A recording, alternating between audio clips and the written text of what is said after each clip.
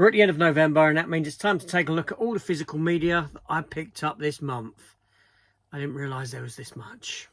Shocking.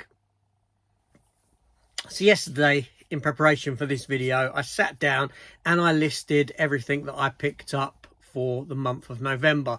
And to be honest, I sat there and I thought, it doesn't feel like a very busy month. Feels like I've done quite well this month.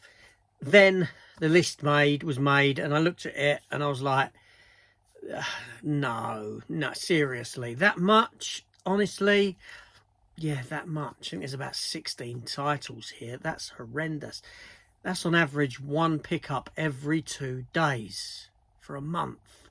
Seriously, wow, that's, I don't know what's gone wrong, but there we go.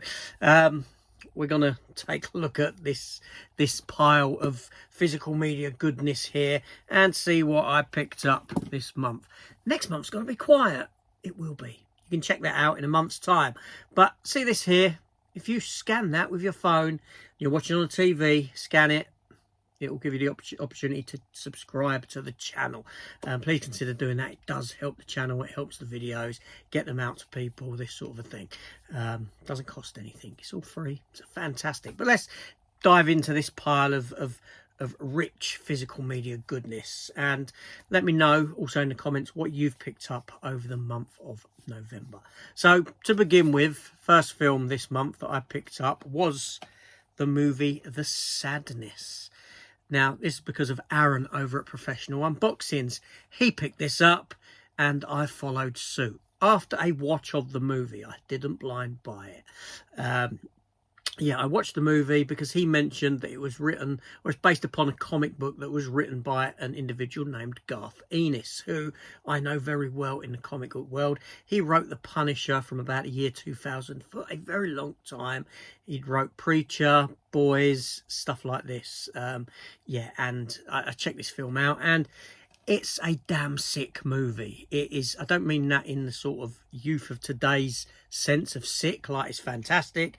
I mean physically, it's quite a sick movie in what it does and what it puts to screen. Yeah, it's quite violent. There we go. It's about a group of individuals that contract this virus that's going around, and it's like a rage virus essentially, and it makes them live out their deepest, darkest fantasies, even sexual wise. So they rape people and things like this. I didn't mention, I think in my review of this, I actually failed to mention it's a foreign language film. That's right. Asian foreign language film. And I don't know why in my review. I just watch them and I just feel like I'm watching a normal film. When I watch a foreign language film, it's no big deal to me that it's in a foreign language. That one is. But yeah, so there we go. Next up, we step back in time to the 80s. A classic. What was this, early 90s? It might have been early 90s. Can't remember now. And it's Crocodile Dundee 2. This had a Blu-ray release and a 4K release. I opted for the cheaper of the two, the Blu-ray. I have Blu-ray of Crocodile Dundee 1. I didn't need a 4K version of this or upgrade to an edited version of Crocodile Dundee 1. The encore cut with the edits. Had I bought Crocodile Dundee 1 on 4K, am I upgrading the film or am I downgrading the movie? Let me know in the comments down below, because essentially I'd be upgrading for the picture quality and all that stuff, sound maybe, all that, but downgrading because there's woke edits to the film. So is the original film in 4K an upgrade or a downgrade? Let me know down below. Next up, special collector's item, and yes, I had to get it, and it was The Mask with Jim Carrey. Jim Carrey's I think it's 1994, was it? Based upon the Dark Horse comic character of the same name. A very violent, satirical comic book that was turned into a Jim Carrey comedy movie. A very good Jim Carrey comedy. I can't say that 10 times. A Jim Carrey comedy movie. Jim Carrey comedy movie. Anyway, yeah. So it was made into a very good Jim Carrey comedy movie. The Mask. Cameron Diaz as well. Great film. Seriously, it really is. So I'm happy with that. It was a very nice collector's edition as well. And I do still have my Blu-ray steelbook of it. That's going nowhere. Now, the next pickup wasn't necessarily a pickup. It's an item that I would have picked up, but I had it sent to me by a company that sends me at times some sort of stuff to showcase on the channel. And what they kindly sent me was Tales of the Walking Dead. Now, this has taken some considerable time to get a release over here in the UK. I think it's only just aired on a TV channel over here, hence why the physical media release.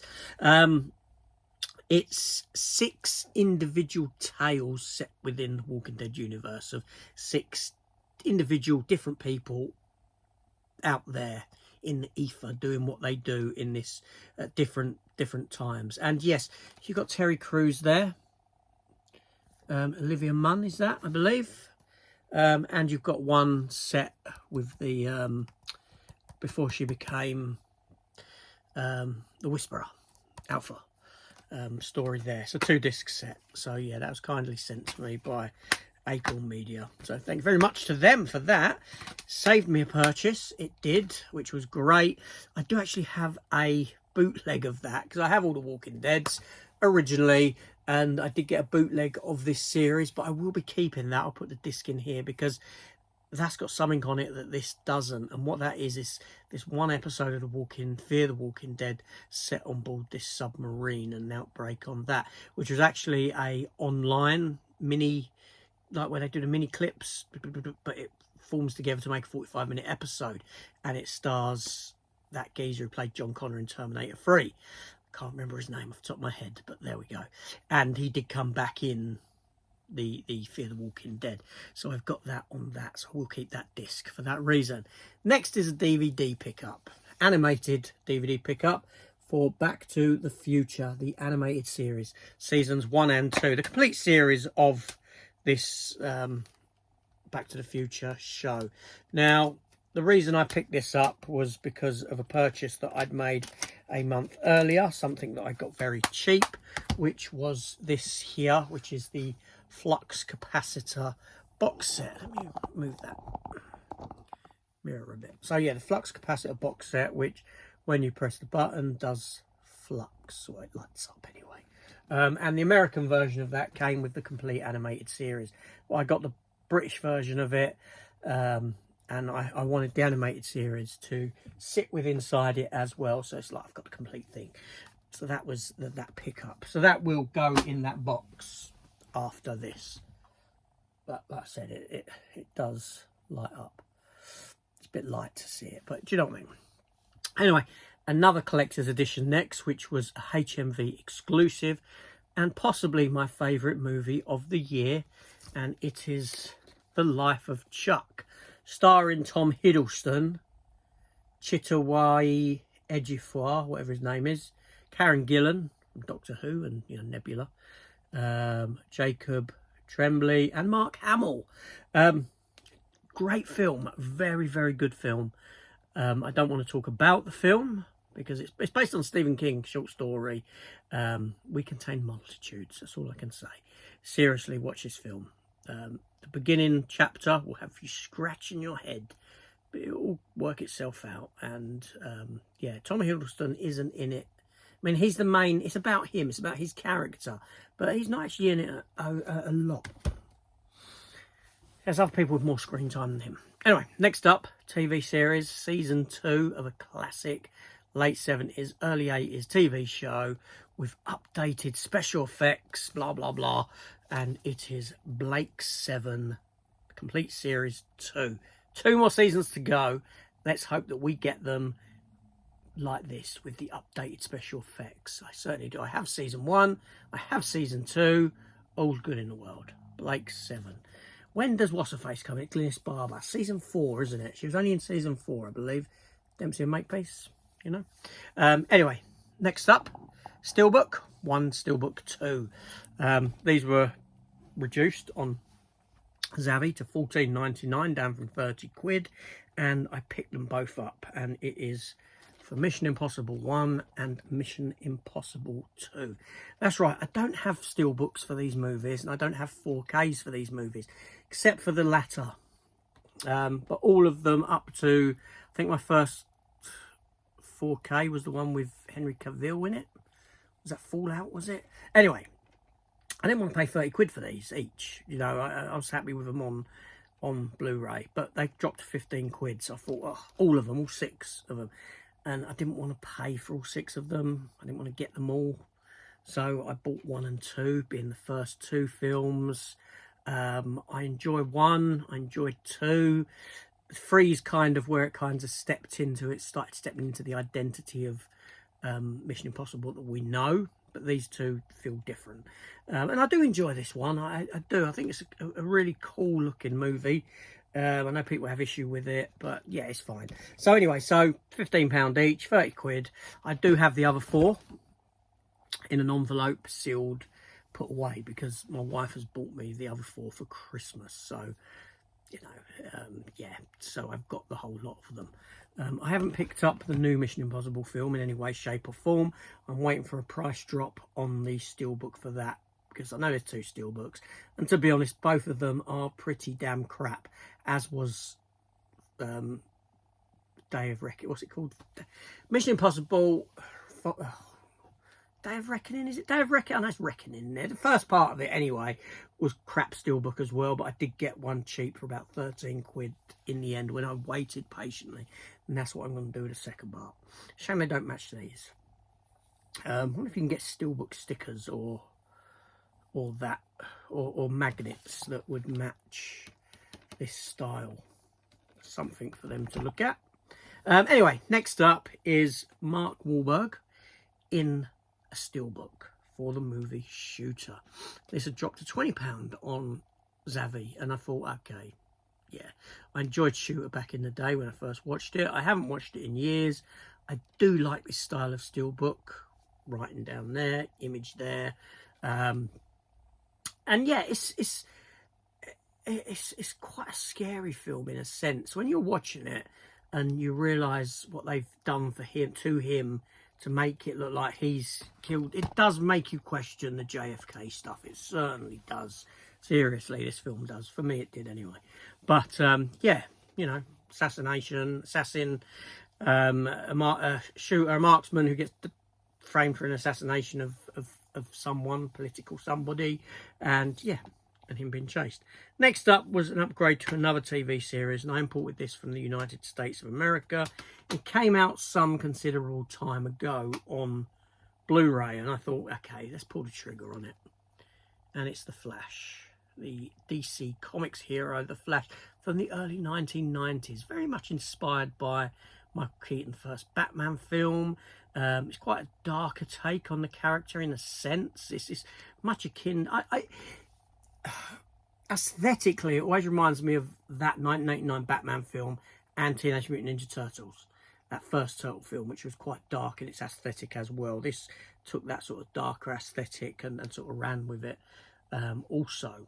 It was a surprisingly good series. It only lasted 1 season, primarily because it was so damn expensive for them to do.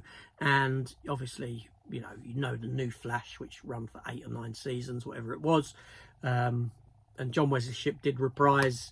Well, he did come back in that. He was Barry Allen's dad at first, wasn't he? And then he became Wally West, another Flash. And then he did pop back up in this Flash suit at one point. And yeah, only for a few seconds though. Anyway, next up is a steelbook I didn't need, but for a movie that I love. And it's Blade Runner 2049. Okay, this is my 4th edition of Blade Runner 2049. Yeah, what more can I say? My 4th edition of that. Only a few more to go, and then we're done. So next up is a film that, on my first watch this year, I was like, not sure about that, not sure. So I watched it again, and I thought, I like that. Yeah, it's good. Not as good as the first one, but yeah, I like it. And that was for Nobody 2, as you can see there, with Bob Odenkirk, Better Call Saul. Sharon Stone is in it as well, and when I watched it I had no idea it was Sharon Stone until the end. I was watching it, I was thinking, I wonder who that woman is, I wonder who, and then the name, I was like, no way, it was Sharon Stone, but it looked nothing like Sharon Stone. But there we go. Next up, another steelbook, a film that I did enjoy, yeah, Toxic Avenger Uncut. the new Toxic Avenger film with, that small dude in it. I forget his name now. He played Serrano, and he played, it was the angry elf in Elf, and he was, or the little fella. He was a little fella in Elf. He goes, oh, an angry elf. He comes running at him. What's a cuddle? And obviously Game of Thrones. Peter Dinklage. You keep talking, it comes to you in the end. It comes into your head. Oh, look, it comes into your head. Yeah. Obviously, that's not Peter Dinklage. When Peter Dinklage comes out of the toxic vat and it looks like this, it's not Peter Dinklage. It's this little woman, but still with Peter Dinklage's voice. But yeah, so Toxic Avenger Uncut. I had fun with it. I enjoyed it. It was nonsensical. It was tongue-in-cheek. Yes, I do have the other Toxic Avenger films, 4 of them, and the animated TV show that I picked up last month, which I do think's got a Blu-ray release. Someone was telling me. Crazy that we're in a world when that gets a Blu-ray release and physical, an upgrade of some sort, but we can't get 4K of things like Con Air, The Rock, Armageddon. Take a deep breath. Take a deep breath. Take your last breath. For this one here, last breath. I picked this up. It had dropped in price in the sale. So I thought, okay, now's the time to get it. It stars Woody Harrelson. It stars Shang-Chi, who's a bit of a knobber in Hollywood, isn't he? He's turning out to be a bit of a sort of, male version of Brie Larson. Anyway, this is a good film. It's quite short. It's not a long film. And it's about these people who are deep sea divers, and they go down and they repair cables that are, not across the bottom of the sea. And like I said, did I say it's based upon a true story? Is because this guy here gets trapped down the bottom. There's a storm up top, all this sort of stuff. And they have to go on a rescue mission to get him as he runs out of air. And the ending is so unreal. As in, you wouldn't believe what happens at the end of this film. Really good film. It was a very, very good film, yes. And then the last one that I've picked up that I'm still yet to watch, that was a blind buy. And I know I don't usually do blind buys, but I did for this. And it is John Hughes production, Miracle on 34th Street. With David Attenborough's brother, Richard Attenborough, Jurassic Park, John Hammond as Father Christmas, Jolly Saint Nick. Yeah, I've never seen it. I've not seen the original. I've not seen this version. I thought now's time to probably watch this film. Let's give it a watch this year for Christmas. I'm in the Christmas spirit. I'm in the Christmas mood, and yeah. I just thought it's about time to watch that. So there you go. They're the pickups for the month. And to be honest,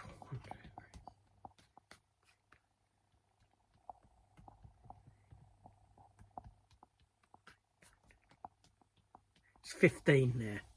There's 15. I'm sure there was 16. I'm sure I listed 16. Am I missing something?